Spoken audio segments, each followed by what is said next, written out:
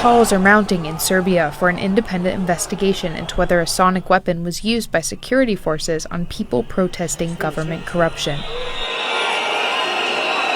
A progressive Serbian opposition party alleged that a sonic weapon, a class not included on the government's list of legal weapons, caused the panic you see here.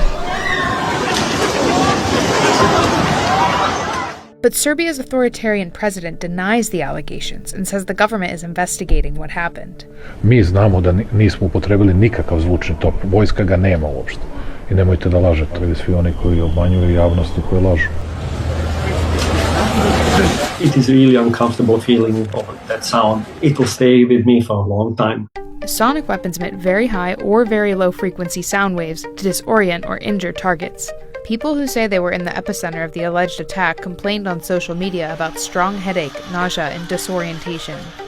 And since sound waves are invisible, sonic weapons can also cause dangerous mass panic. Like if you're on a highway, standing and a car coming at you at 80 miles per hour and going directly into you, and that the hissing, howling, you knew something was happening, but there is nothing coming at you.